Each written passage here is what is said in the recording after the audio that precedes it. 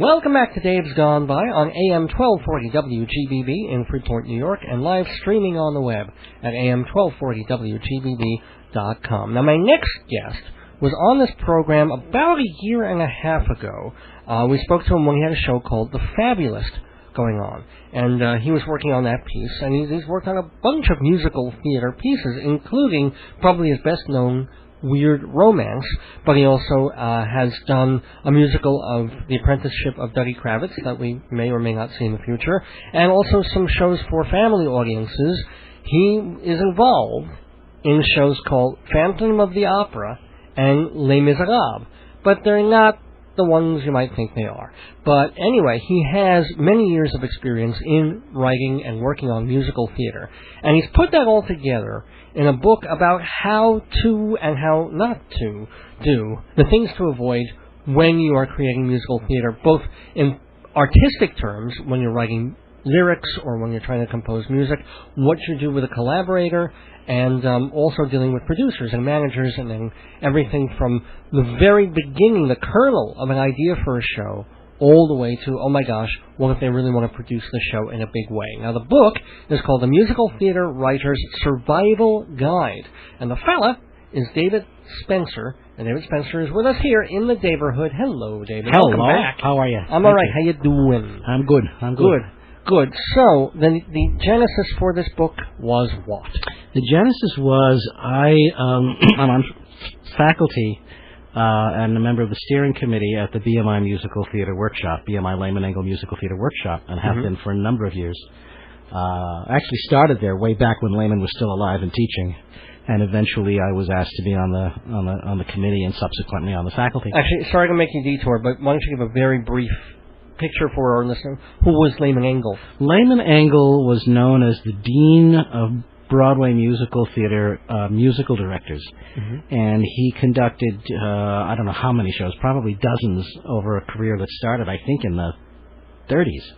He sort of gave a symposium that BMI sponsored in the early or mid-60s about musical theater, where some people were invited to come and listen to him talk and play stuff and get his reactions. And the event was so successful that it gradually begat a weekly meeting of writers. Right. And Lehman, for years and years, was the sort of one-man band who kind of ran everything as the teacher. He was sort of Papa. Actually, a guy named Alan Becker, who at the time was the head of musical theater for BMI, he was the administrative guy running things in the background. But, you know, it was Lehman's deal. And then when Lehman died, which was 1984-ish, something like that, 2 or 82 maybe, then there was kind of a bunch of flurrying and scurrying, trying to figure out how the workshop would continue, and the people who were Lehman's intimates and most prominent students at the time, who then were Maury Eston, Alan Menken, Ellen Fitzhugh, Ed Kleban, Richard Enquist, a fellow named Cary Gold, probably some others that I've left out. But they kind of hunkered down and tried to figure out how to keep the workshop going. So they decided not to have a one-man band operation, and they split up the classes among several instructors. And it took a couple of years for it to shake down into a new and actually much improved and much more effective system. Oh, cool. And by the way, people who are interested in all this and are curious about this can also... There was a musical made about this whole workshop, a wonderful... It's a really good musical, and it's kind of fun. It was called A Class Act. It was really about Ed Kleban. It was highly fictionalized in numerous aspects. One of the funniest was that it opens up with Lehman Engel at Ed's memorial at the Schubert Theater, when in fact Ed died first. And it was and Ed never had a memorial at the Schubert Theater. His memorial was at the Public. Ironically, it was Ed who used his muscle as co-author of a chorus line to make sure that Lehman would have his memorial at the Schubert Theater. Gosh, that is more fiction than I thought. Well, also it's a lovely musical. Though, also, the little scenes in the class, they show people being kind of very competitive, and it really isn't that. In fact, it's very much a supportive community. I am co-moderator of the second year with Pat Cook and Rick Fryer, and I also moderate and put together the master classes. The regular songwriting classes, people bring in individual songs and get feedback as they're working on a project. The master classes, certain projects are developed to a point where bringing in individual songs isn't as helpful anymore, and you really need to present a chunk of material, so the thing can be perceived in a larger context. And so we select projects that we think are worthy or well-developed, or both. Have there been any musicals, say, that people would know of in the last few years that went through this process? The master classes, that's a little too soon because those are only about 3 years old. But in terms of musicals, Avenue Q, for one thing. And then those are the guys who did the foreword for your book. Yes, indeed. Yes, indeed. Nice little segue there. And Jeff Marks and Bobby Lopez. Their success was unusually meteoric. It usually doesn't happen quite that fast, but they went through the program, and and it's a wonderful musical. Really relied on the class, though, as the foreword says, and it's really interesting, that they paid that much attention, and it was certainly not the only thing by any means. They are very talented guys, but they will freely admit, and have done publicly, that the workshop was a huge help to them. Now, I assume the workshop informed your writing of this book, of course. It did. I just wanted to finish up the master class thing. The master class is how that works. I kind of moderate like Charlie Rose, although I talk less. And we bring in masters to essentially listen and comment. So it really is a master class, and we invite the workshop members to participate as an audience, really. And we've had Stephen Sondheim was the last one. The one before that was Richard Maltby and David Shire. Sure. We had our first master class with Sheldon Harnick and John Cantor, so we really have some nice... Yeah. Well, it's a rather small field when you come to think of it. I mean, when you think of the people who do this... I suppose. Although I think because of our workshop, certainly... which is free, by the way. Just anybody who attends just attends on the basis of the audition. At 5? No, it is Mondays at 4 for the advanced. It always sort of was. That's another fiction. It was never Fridays at 5. Mondays at 4 for the advanced, 6 for the first year and the librettists, which is run by Nancy Galladay. Tuesday is around 5:30 is the second year class. Periodically, we sort of look at who's the progress of the people who are in it and make decisions about that. Sure. But there is no tuition. There's no fee. It's and it always has been free, and it's a service that's offered by BMI. But anyway, how the genesis of the book was, I didn't even realize I was writing a book at first. I also edit the BMI Workshop newsletter. Cool. And I had been, over the course of several years, writing a bunch of articles, some in series, some one-shots.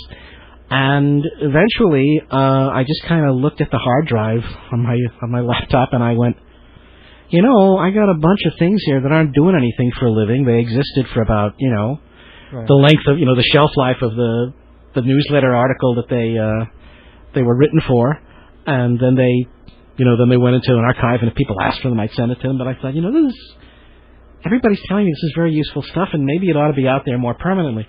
So I assembled the articles that I had written in a pitch. I would wind up writing twice again. I had half the book ready, more or less, when I started, but I would write another half. And Jeff Sweet, who we both know, the playwright and teacher and critic, he had several years before offered to introduce me to his editor at Heinemann, and I called him up and I said, is the offer still good? He said, absolutely. He wrote an email, he introduced me, I pitched the book, and the next thing I knew, I had a contract. Well, and Jeff wrote the Dramatist Toolkit, which I guess is for playwrights, what musical theater writer's survival guide could be for... He wrote a sequel to that, too, and I can't remember, or maybe that was the sequel, but I know he's written 2 books for them. Yeah. And he's an excellent writer. So let's get into the book a little bit of what you're telling people that hasn't been in other books about writing for musical theater. I know Lehman Engel wrote books. I know, there are certainly books on the shelves about this. Lehman wrote some books. I have to say that I admire a lot of what Lehman wrote in his books, but there was a degree to which he was limited in that he himself wasn't a writer. So he was sort of an insider and yet an outsider at the same time. So there are things that, to me as a writer, are perfectly obvious that he never got. Like he went on at length in one of his books about he never understood how Man of La Mancha could have been the classic that everybody loves because he was so offended by its sentimentality. But in fact, if you put aside the sentimentality and just look at the structure, it is absolutely classic. You have the hero on a quest and the things against him, and and it just follows all the classic steps and it has all the classic ingredients. So, and what this book does is it looks, for example, in terms of the art of it, it looks at what are the classic ingredients of successful musicals. And by successful, I don't necessarily or just mean they made a lot of money and everybody got rich. I mean they stayed in the literature. I mean they get done everywhere. They get, they get produced everywhere. Their professional life ends and then they're in stock and amateur forever. So it's a look at that, and what's interesting, indeed fascinating, is that about conservatively, I'd say 90% of all successful musicals follow I hesitate to call it a template because you don't want to talk about cookie-cutterness with musicals because they can be as wide-ranging as anything else. But they do follow, they do have certain ingredients, and I think the ingredients happen because it's such an elevated art form. And I've not known that to be codified before in print, broken down into, really understanding what the elements are. Well, why don't you pick, say, a particular...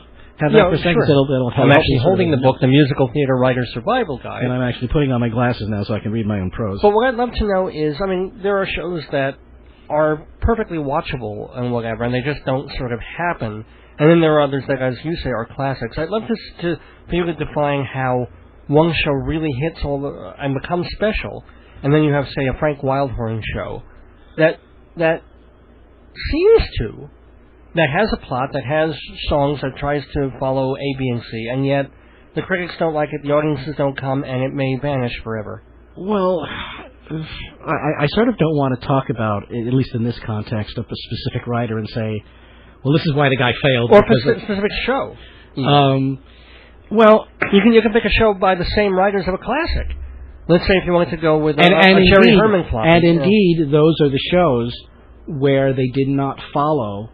Well, I won't say follow because they're experimenting and things aren't codified. Who makes up the rules? These are not really rules, but they are principles distilled from decades and decades and decades of musicals that exist and prove the point. But indeed, when you look at the musicals of established writers that go off the rails or don't have a commercial success as much as we love them, they are in fact the musicals that don't follow the principles of what is traditionally commercially successful. Okay. And for example, much as I love Pacific Overtures, it is one of my favorite musicals in the world, by the way. It's this big panorama thing. It doesn't really follow one character all the way through. I agree. It does not work ultimately. Right, and then you have something like Sweeney Todd, Gypsy, with the driven hero who is who needs to accomplish something, and the whole show is motored by that. And those are the shows, in fact. A funny thing happened on the way to the Forum, all about Pseudolus' quest for freedom. Right. So all of those shows that fall into that category in the Sondheim catalog, those are the ones that are the big commercial successes for him. Yeah, but he is such an experimenter. Sondheim is not fair because he'll take the... if you look at Sunday in the Park with George, the first act is one of the greatest things ever, but and by the way, nobody says that those musicals weren't necessary. In fact, I don't think there's probably not a Sondheim musical that we're not all the better for, and haven't somehow been able to draw something from stylistically, like Company or Follies. Or I remember reading a very convincing essay by I can't remember his name, Martin Gottfried, who said that he thought that Pacific Overtures was even more pervasive in influence on the musical theater than A Chorus Line. And in fact, they were in the same season, so they probably didn't cross-pollinate. But I think he's right. I certainly don't mean to cast those musicals in any kind of a diminished light. What I am saying, though, is that for a writer who is not established, who is looking to get a show on, get it produced, have some kind of longevity, have it be attractive to producers, critics, audiences, to have the best possible shot at that, then I think the more you have, for example, the hero who's on a quest, who drives the show. Mm-hmm. That's one thing. Let me get to the others here. But then again, lots of flop shows have had that. Well, they have that, but there are other things too. You also have to be character-driven as opposed to plot-driven. Okay. You also need to have supporting characters that are not only interesting but functional. In other words, if they're there for a reason. Okay. You also need not to drop the plot tension. There are musicals where the hero goes away and then other things happen and you just lose whatever is driving the show. That happens. Somebody very smart once said, when your main character leaves the stage, the other characters better be worried about him. That's very good. You want conflict subsequently that kicks in early and doesn't resolve until the end. Okay. You also have to set up what are called your permissions. In other words, permission to be funny, permission to be dramatic, permission to do whatever, permission to follow a dramatic theme, just so you have a lens by which the audience perceives everything. This is really important because, for example, in a straight play, you can take a while to introduce where you're going, because people come on, they talk in dialogue, even if it's stylized, it's some kind of emulation of real time. But a musical is compressed. And in compression, there's a kind of speed. And in that speed comes a heightened kind of storytelling, and so the audience expectations are sped up subsequently. And so you have to be very, very clear right at the top what you're doing, what you're going to explore for the evening, because that's what the audience is prepared to follow. And if that is not clear, as so many of the musicals you're talking about that are watchable but they just don't happen, I would say 50% of the time or more, it's because the permissions aren't set up properly, and so you don't know exactly what ride you're on. For example, one of the most famous stories, which I'm sure you know and have probably even referred to, is What Happened Out of Town with Funny Thing Happened on the Way to the Forum, when they talked about, they opened up with this lilting little melody called Love is in the Air. The audience was baffled. And then Jerome Robbins came in and said, well, you have to give the audience permission to laugh. Subsequently, Comedy Tonight. Right. They stopped that song, and suddenly it was this, they were laughing immediately, and boom. Yeah, I mean, that's the most classic and simple example, but there are others that are more complex. But it's still about setting up the path so that the audience doesn't have to figure out. For example, I can think of a musical I won't name right now, but it's a musical I admire a great deal.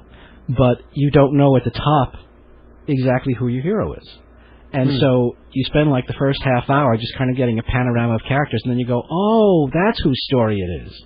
Now I know what ride I'm on, but I'm too late. Well, that could be Oklahoma, actually, but yeah. So those are the things that the book goes into. The book also goes into what you need to keep in mind when you are collaborating. The principles and steps for keeping a collaboration healthy. The importance of, I mean, it sounds very simple, but it's amazing the kind of things that can flummox open communication because we're doing something that's so personal, and because we feel exposed, and because, you can feel threatened, and there's all kinds of pressures that come on you and you don't quite know how to balance them, and you could find yourself doing something to threaten a collaboration without even meaning to. Don't set up a meeting, that's going to be about the fate of your show somewhere without discussing it with your collaborators. Don't give out a CD without discussing, I mean, I actually know of an example where this happened, where somebody had arranged a reading primarily for the benefit of producer X, and his collaborator decided to invite producer Y along too. And that was just... Well, producer X didn't expect anybody else to be there, so that kind of stuff. Yeah.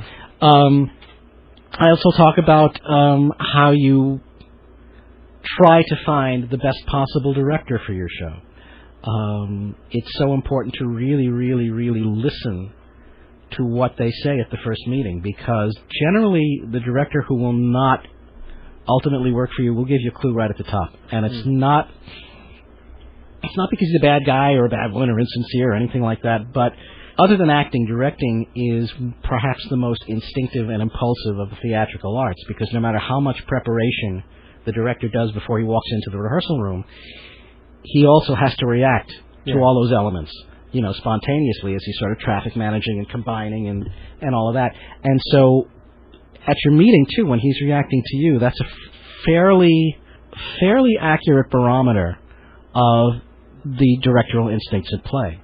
And it's about how to listen to that. It's also about when you're not sure what to do to get more information, which is research his productions. They're on, if they're on tape at Lincoln Center, you get to watch them, and a production will tell you a lot more than any meeting, what kind of a touch you're looking for. But it's generally about gathering the resources that are available, understanding how to read signals that you might not know how to understand if you haven't been burned a couple of times, and I've really never seen that kind of thing talked about before. And I was, when I was looking for the celeb quotes for the cover, I gave it to, among others, I gave it to Richard Maltby, and what I got back almost made me cry, because it was exactly, the kind of response I would have wanted a professional to give, which was, I've never seen anything like this before. And this is going to save you all kinds of... well, speaking of the writing of the thing, you also have a chapter in there of, rules for writing the book of a musical. Well, I went into some of that just now. Those are the principles of libretto. But, so that... As I say, that's kind of covered. We've talked about that, but there's also I do go into the elements of music and lyrics.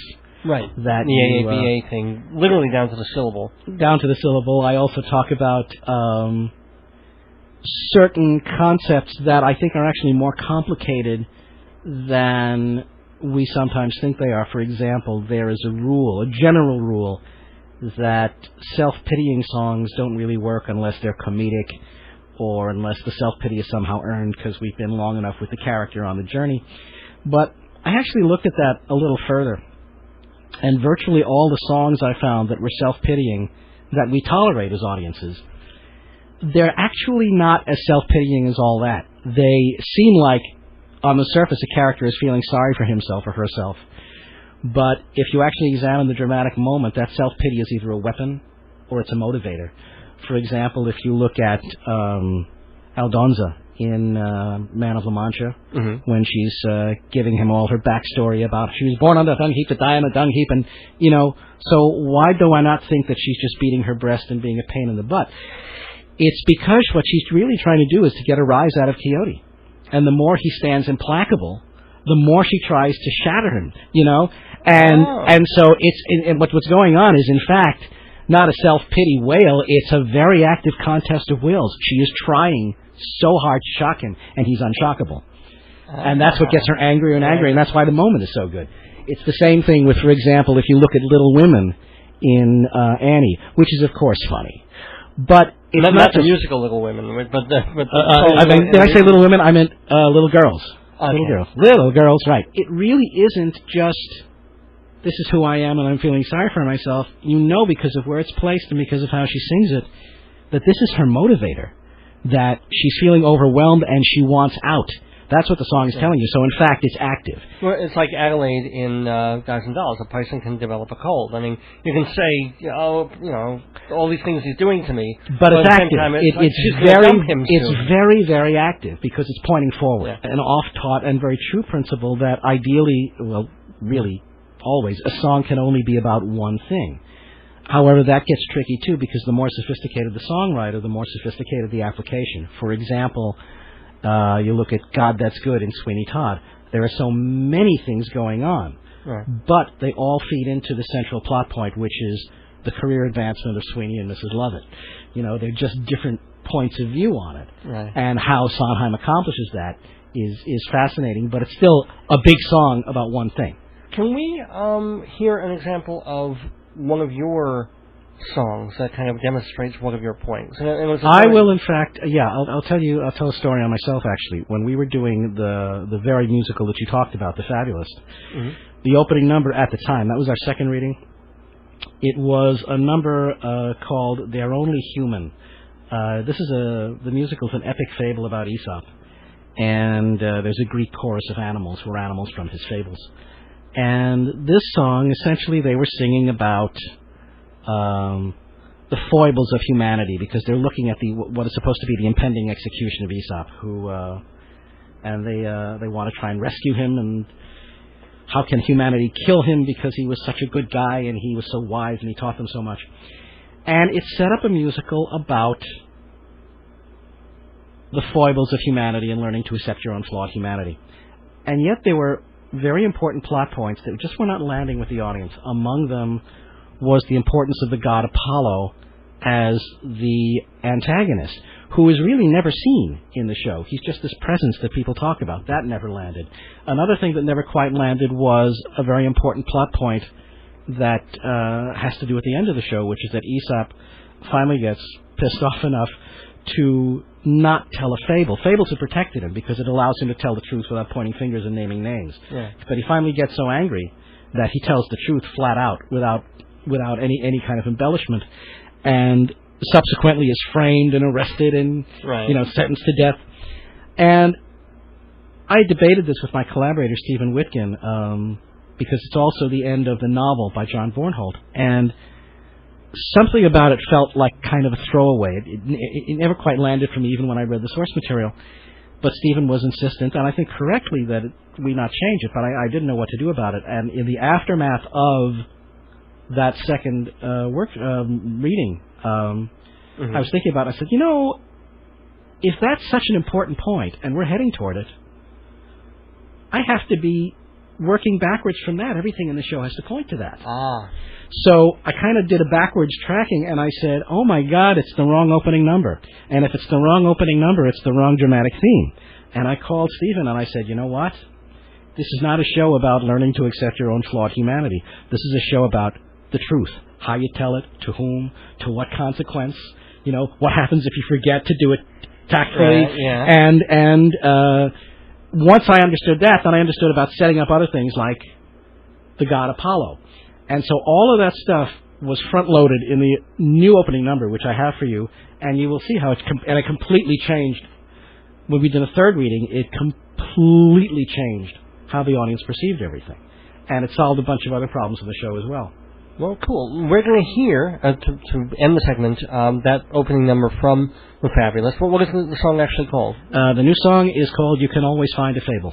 You can always find a fable, and you can find not only a fable, but several fables and lots of really good and constructive and practical advice in the Musical Theater Writer's Survival Guide, written by David Spencer, Spencer, if you're looking for it. As I said, it has a foreword by Robert Lopez and Jeff Marks, who co-created Avenue Q. It's from Heinemann Books and available all the usual book places. Should be. Good. I hope. God willing. Yeah, and also online and stuff. I mean, do you have a website of your own? Or there is a website. I have my drama critic website, which is www.ilsay.com. That's spelled AISLESAY.com. There's a page for the book off of ILSay, so you go to ilsay.com and then type in NY- guide, GUIDE, capital letters, .html, small letters. Actually, you know what? You don't even have to listen to all this. If you go to ilsay.com, there are links to the pages. Sounds good. And you'll find it. So let's get fabling, thanks to David Spencer. Thank you.